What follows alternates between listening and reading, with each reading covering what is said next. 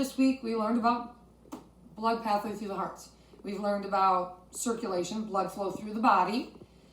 Now we got to figure out how the blood flows through the body. Well, this fine muscle right here, it's called your heart. It's all cardiac muscle, and it continues to beat. You don't even have to think about it, which, good thing, because that'd be a bad day for some if we had to remember to make our heart beat.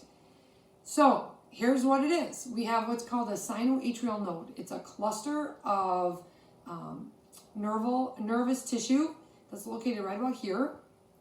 And it's going to create or cause both atria, so both this atrium and this atrium, right and left, to contract at the same time, forcing blood down into the ventricles. As that is happening, it's also sending an electrical impulse over to an area right in here called the atrioventricular node, another close cluster of neural tissue that's going to go, wait, and then it's going to send electrical impulse out through all of the ventricles, so now it hopes the atrium will relax and the ventricles can contract. The right ventricle, it's going to force blood out to the lungs. This left ventricle is going to force blood out to the whole body. And in a real life heart, you'll notice that this side, that outer wall of that left ventricle is significantly thicker than the outer wall of the right ventricle, because it has to have a lot more muscular strength to get blood to go out and to get it to come back. All right, so every time you feel your heartbeat, your pulse, you can take it in your wrist or your neck.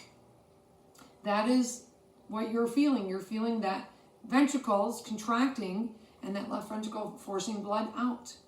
Now here's the thing. Kiddos always ask, well, how come blood doesn't just pool on our feet? Luckily, the veins through our body have one-way valves. So as the blood gets pushed through, it doesn't just fall back down into our feet. We have a great design. The human body is super cool. So for the heartbeat itself, we have an SA node stimulating the atrium to contract. Then, while that's happening, it's sending a message over to the AV node, causing the ventricles to contract and completing the heartbeat. A typical individual at rest should have 70 beats per minute or less.